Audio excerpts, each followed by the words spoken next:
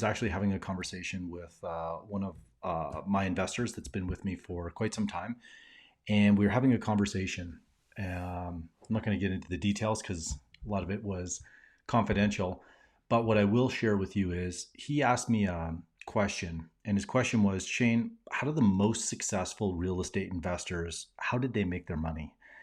And I, without really even thinking about it, I said, look, I said, John, the way that most of the people that made like huge returns, I'm talking like three, four, 5x the investment. Like, so if they put in a million, they got 3 to 5 out in a relatively short period of time. So let's use that time period as less than 5 years. I said the majority of them bought value add deals at the right time in the market when there was little to no competition. And obviously, I would say that there was probably a little bit of luck, right? And I would say the luck was really as it relates to timing. But you'll see where, even though there might have been a little bit of luck, they're able to replicate it over and over because they followed these principles. And I'm going to give you kind of three of the principles that we discussed on this call. Okay. Now, the big mistake that I see a lot of real estate investors making, and I've made this myself, is feeling the need to always have their money working.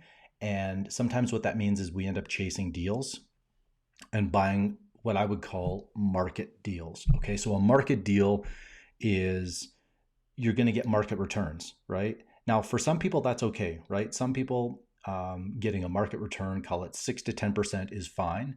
But if you're looking for kind of larger returns, we'll call it 15, 20, getting maybe a 2 to 3x on your investment in, say, a 3 to 5 year period, you really need to be finding deals that are mispriced. Okay. And I'm going to give you, this is something that I took away from the conversation because I had heard the concept, but I didn't really,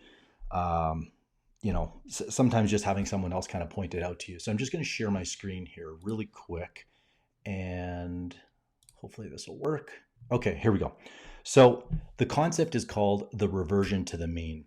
And I'm not going to get into, the technicalities of it because I didn't spend any time, researching it. But the idea is that when assets are either above or well below the price, they will come back to the mean. So the mean is this line right here, okay? This center line. And if you think about, call it 2006 to 2008, prices of real estate were quite high, right? So they're well above the mean. And generally what happened is there was more money, right? There was more money chasing fewer deals. And it bid up the price and obviously returns came down. Now, then you get into 2008, 2011, and this is where I gave the three examples of a group that I helped make, I would say kind of in that 3x on their investment in a short amount of time. It was because there was a lack of credit, meaning it was very difficult to get debt. Okay. And if you kind of take that into 2022, what we're seeing is it's harder and harder to find debt, right? 2020, same thing. When COVID hit, it was harder to get debt. And generally what you saw is less people in the market buying, meaning you could find mispriced assets. Okay. So that is at a high level, the idea behind reversion to the mean and how to apply it to real estate is really focusing on buying at opportunistic times. Now, it's difficult to know exactly how to time the market, but generally speaking, you can start to see opportunities. I'll give you the inverse because sometimes that's easier. For about the last 8 years, you saw this in a lot of the very hot markets. There were more people bidding on properties. It was not uncommon to see 10, 20, 30 people all bidding on the same property. In those situations, it's very difficult to quote unquote get a mispriced asset because the person that's going to pay the most gets the deal.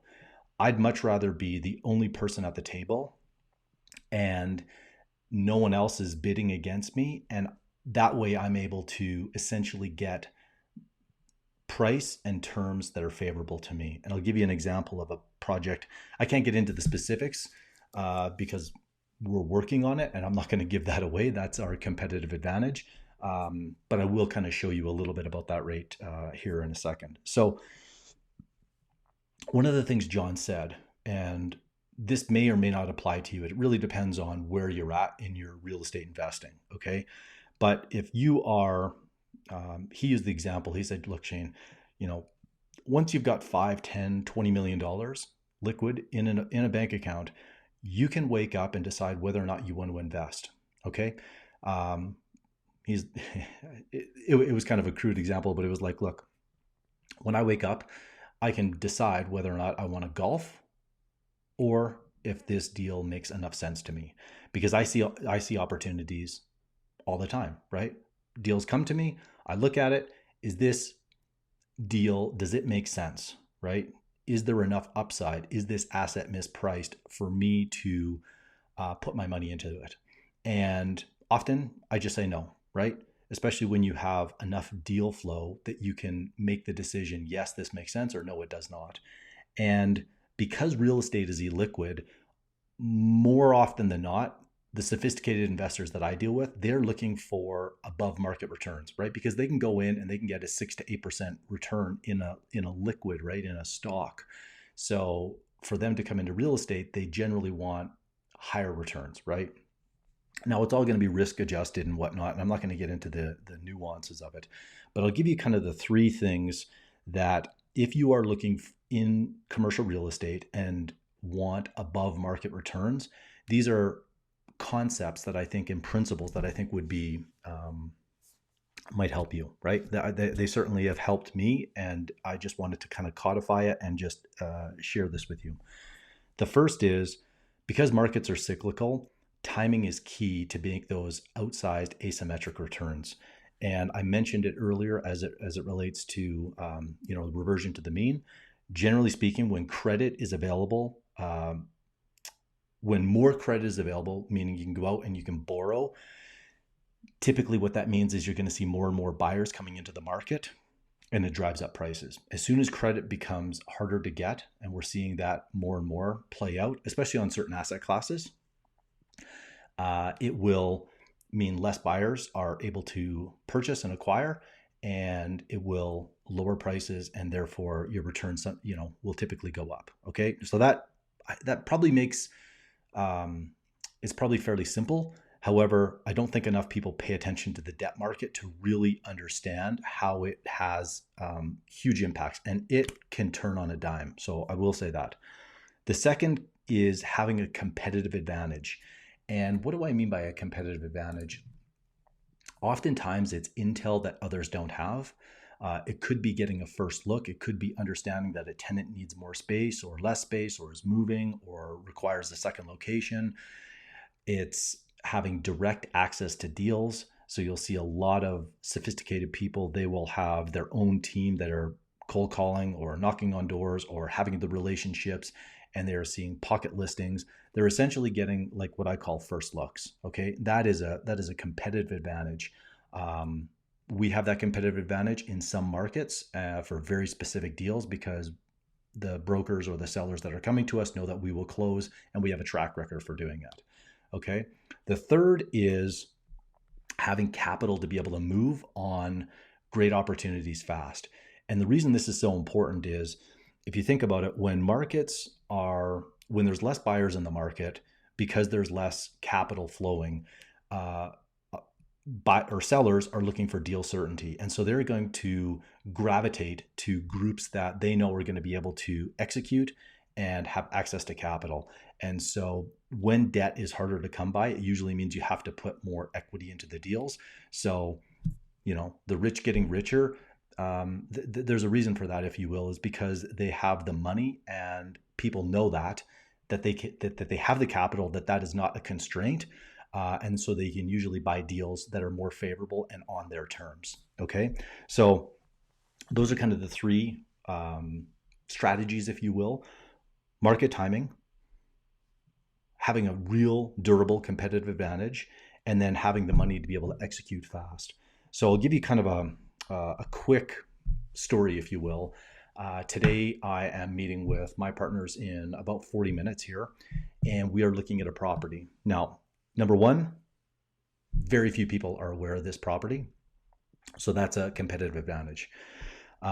Number two, the deal is big enough that it eliminates a lot of the, what do you call it? Call it mom and pop purchasers, but it's not in a location and it's too small for institutional buyers. So it's in a really sweet spot, and that's where the capital then and our ability to raise money very quickly plays to our advantage.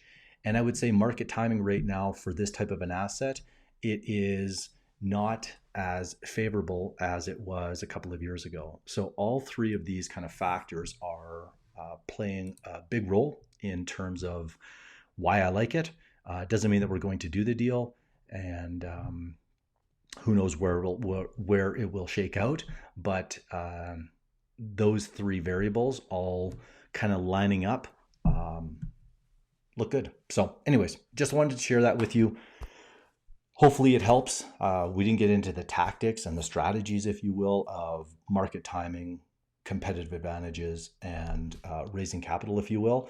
But I've got enough of those videos. So what I thought I would do today is just kind of give you the macro look, and then you can kind of look around and find some of those more specific videos and trainings that I've done on each one of those categories elsewhere. So that's it. Have a great week. We'll see you next week. Bye for now.